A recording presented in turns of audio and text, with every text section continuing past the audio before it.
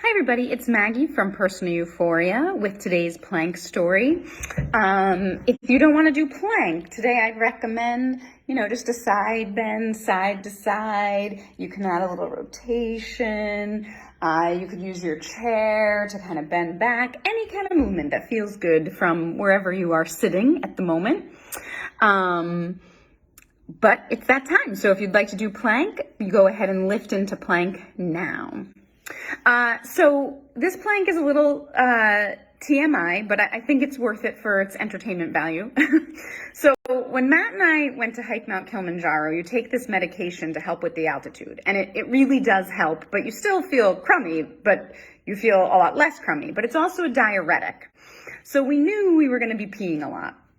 And we had pre-planned, we'd gotten a Nalgene and we labeled it. And a Nalgene is a water bottle, it's 32 ounces with a wide opening. We labeled it with a skull and crossbones so that if we woke up in the night and had to pee, we thought, we can go in the Nalgene. And the skull and crossbones will make sure this doesn't get confused with our drinking water bottles.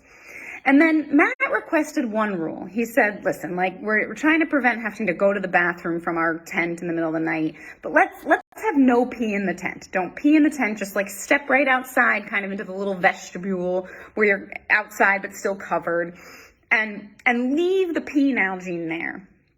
And I thought that was fair, but then the first night I woke up and I had to pee and I'm uncomfortable and I was so cold, and I thought, I can do this without getting out of my sleeping bag. I can do it. And so I grabbed the skull and crossbones Nalgene, and I'm standing as much as I can, but you're in a tent, and I get my pants down, and it's a big opening. So I place it where it belongs, and I go to relieve my bladder, and I'm about halfway done when I realize, because my socks are wet, that none of this has gone in the Nalgene. I've basically gone to the bathroom down one pant leg, socks wet, sleeping bag wet, and now I only have 3 pairs of pants for the next 8 days of this hike. I only have one sleeping bag. I get frustrated. Matt wakes up. I said, I'm sorry, I broke the rule. I broke the one rule. And he kind of thought it was a little funny. He's like, oh, it was all in your sleeping bag. It's not in the tent. It's all you.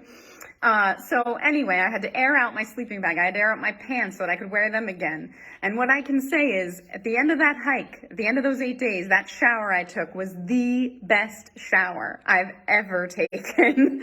And the Nalgene really didn't ever work, because it turns out, at least when you're on a diuretic, you pee way more than 13 ounces every time you have to go to the bathroom anyway. So you'd overflow it and have to go to the bathroom anyhow. But what I would say is, I really struggled on Mount Kilimanjaro, and I wasn't feeling well. And in my journal, because I take a journal on our trips, on the 3rd night, I wrote in my journal, because I know myself, Maggie, one day you're going to look back on this trip and you're going to have positive memories.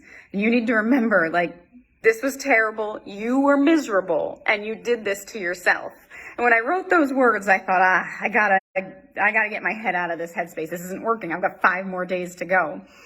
And so I made some changes. I stopped drinking earlier in the day so that I didn't have to pee all night. I got up 30 minutes earlier so that I could drink 32 ounces of water, and it took a half an hour to do that because you feel so crummy and you're moving so slow. And then I felt better. And to this day, starting that day with that hydration made such a big difference that I start my morning every morning with 8 to 12 ounces of water, because even at roughly sea level, I think it makes the big difference. So anyway, there's a story of a little altitude sickness, a little pee story for your afternoon. I hope you have a great day, and as always, keep moving.